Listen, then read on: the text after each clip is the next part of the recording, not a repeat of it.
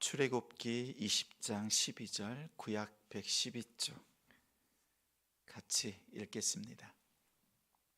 내 부모를 공경하라. 그리하면 내 하나님 여호와가 내게 준 땅에서 내 생명이 길리라. 아멘. 내 부모를 공경하라. 내 부모를 공경하라 라는 제목으로 말씀 증거합니다. 5월 첫째 날입니다. 일상을 시작합니다. 첫 시간을 결단하고 기도합니다. 말씀 앞에 섭니다. 오늘 주시는 말씀을 따라 5월 한 달 동안 이 말씀이 여러분의 심령 속에, 가정 속에 열매 맺길 주님의 이름으로 축복합니다. 부모 공경은 건강한 사회 그리고 공동체를 이루는 가장 기본적인 조건입니다. 또한 출발점이라고 할 수 있습니다.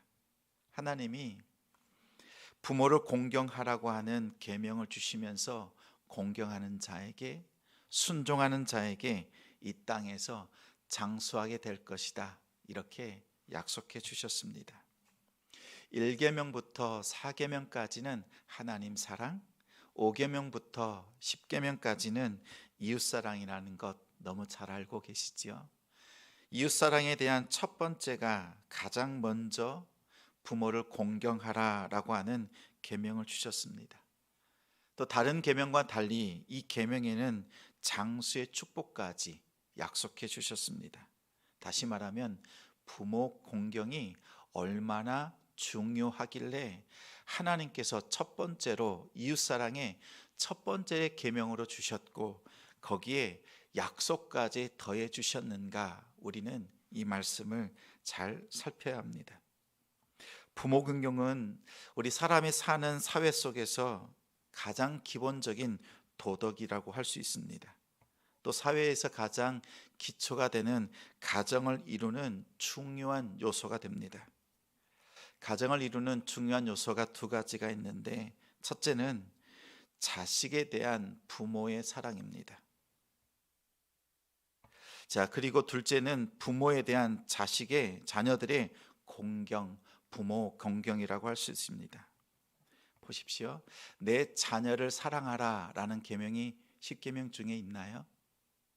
내 부모를 공경하라 라고 하는 계명은 있습니다. 이런 말이 있지요. 한 부모가 10명의 자녀를 양육하고 키울 수는 있지만 10자녀가 한 명의 부모를 섬기는 것은 어렵다라는 말이 있습니다. 자녀를 사랑하는 것은 하나님께서 본능적으로 주신 겁니다. 다른 동물들도 보면 본능적으로 자기의 새끼를 보호하고 양육합니다. 그러나 부모를 공경하는 것은 본능이 아닙니다. 배우고 가르쳐야 될 것이기 때문에 계명으로 주셨습니다. 그만큼 계명으로 주셨다는 것은 부모 공경이 그만큼 쉽지 않다는 것입니다. 그래서 계명으로 정하셨고 지키게 하셨습니다. 부모에 대한 공경이 이루어지는 가정은 화목합니다. 그 가정에는 건강하고 또한 믿음의 모습들도 하나님 앞에서 아름답게 드려지는 것을 볼 수 있습니다. 그런데 오늘 우리 바깥에 있는 믿지 않는 가정도 그렇지만 우리 성도들의 가정 속에서도 이 부모 공경이 쉽지 않음을 간간히 봅니다. 여러 매스컴을 통해서도 부모를 향한 공경이 아니라 부모를 공격한 사건들을 우리는 심심치 않게 봅니다. 각종 범죄가 이루어지고 있는 곳이 가정이라는 사실도 깨닫습니다. 그 이유는 학자들이 이구동성으로 말합니다. 가정이 그 기능을 제대로 발휘하지 못해서라고 그 원인을 찾습니다. 자식 사랑은 극진합니다. 그러나 부모 공경이 사라지고 있는 시대를 우리는 살고 있습니다. 어느 기업 광고를 봤습니다.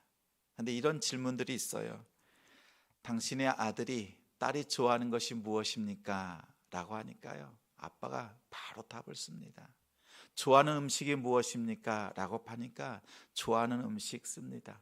무엇을 하면 가장 기뻐합니까? 그랬더니 답을 바로 써요. 근데 그 다음 질문이요.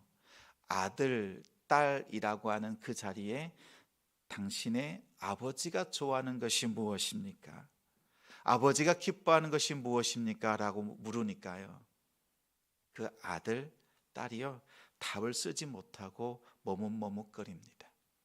그것을 보면서 실제 부모님을 모셔서 같이 만나게 하고 그 은혜를 누리는 그 광고를 보았습니다. 그렇습니다. 우리도 그렇죠. 자녀가 무엇을 좋아하는지는 너무나 잘 아는데 내 부모를 기쁘게 하는 방법을 모릅니다. 오늘 우리의 모습이기도 합니다. 자식 사랑과 부모 공경이 균형을 잃으면 가정이 제대로 설 수가 없습니다.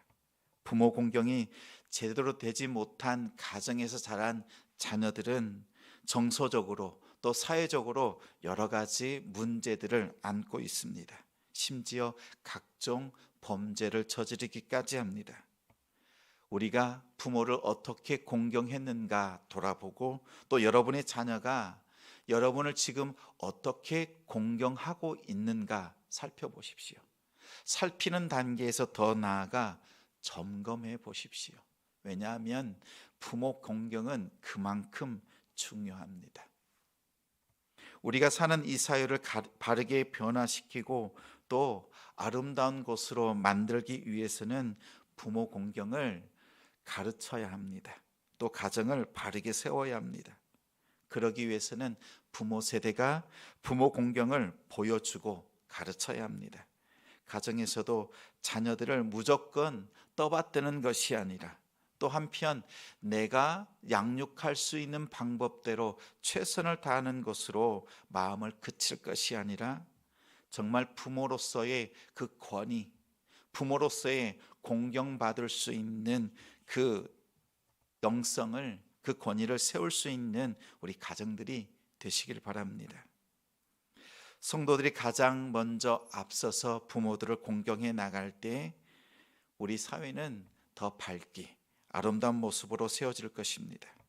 오늘 말씀에 보면 공경하라라고 하는 말씀은요, 강한 능동형 명령입니다. 다시 말하면 반드시 존경하라라고 하는 말씀이에요. 절대적으로 부모를 존귀케 하라고 하는 명령입니다. 하나님께서 명령하시는 이유가 있어요. 그냥 권면했으면 좋겠다라는 정도가 아니라 해라라고 명령하시는 것은 이유가 있습니다. 왜냐하면 우리가 본능적으로 그것이 되질 않습니다. 그래서 하나님께서 너희의 본능을 따라가는 것이 아니라 하나님의 말씀, 명령을 따라서 준행하라고 하시는 말씀입니다. 사실 부모란 생명을 주신 분이지요. 이 땅에서 우리를 양육하고 또한 지원하고 여러 가지 면에서 후원하는 정도의 존재가 아닙니다. 부모는 이 땅에서 하나님을 대신하는 권위를 가지신 존재입니다. 자녀는 부모를 섬기는 일을 통해서 하나님을 만납니다. 하나님의 사랑을 경험합니다. 하나님을 섬기듯이 부모를 섬기는 그 공경이 필히 있어야 합니다. 자녀를 주님의 마음으로 양육해야 합니다. 잠시 맡겨주신 선물 같은 존재입니다. 그런데 그 자녀들이 나를 통해서, 부모를 통해서 하나님을 바라볼 수 있도록 그 공경을 가르쳐야 합니다. 이렇게 부모를 섬김을 통해서 하나님을 섬기고 하나님께 순종하는 법을 배울 수 있습니다. 종교개혁가였던 마틴 루터는 부모는 하나님의 대리자라고 이렇게 가르쳤습니다. 우리의 영적인 아버지이신 하나님뿐만 아니라 이 권위를 이 땅에서 있는 부모를 통해서 하나님을 섬기듯 섬기고 부모를 통해서 하나님을 경외하는 법을 배우는 우리 가정들, 자녀들, 우리 부모 세대가 되길 소망합니다. 부모 공경 없이 하나님 경외 없습니다. 다시 한번 말씀드립니다. 부모 공경 없이 하나님 경외는 있을 수가 없습니다. 바르게 가르치고 바르게 보여줄 수 있는 우리 부모 세대가 되길 바랍니다. 바랍니다. 또한 약속이 있습니다. 내 생명이 길리라. 하나님께서 보내신 이 땅에서 우리가 장수하리라 이렇게 약속하셨습니다. 여기서 길어진다라고 하는 것은 주체가 있습니다. 부모를 섬겼더니 자연적으로 수명이 연장되었다라는 뜻이 아닙니다. 길게 해주시는 분이 우리 하나님이시다라는 뜻입니다. 생명을 주신 하나님께서 이 땅에서 우리로 하여금 장수케 하신다는 것은 단순히 시간이 더 연장되었다라는 뜻을 넘어서 생명을 다하는 그날까지 하나님께서 그 삶을, 부모를 공경하는 그 가정, 그 심령, 그 자녀를 복되게 하시고 평강으로 인도하신다고 하는 약속이 담겨 있는 것입니다. 부모 공경을 통해서 하나님께서 주시는 평강과 그 복을 누릴 수 있는 우리 성도들, 우리 가정들 되시기 바랍니다. 특별히 5월 첫날입니다. 부모 공경을 생각하십시오.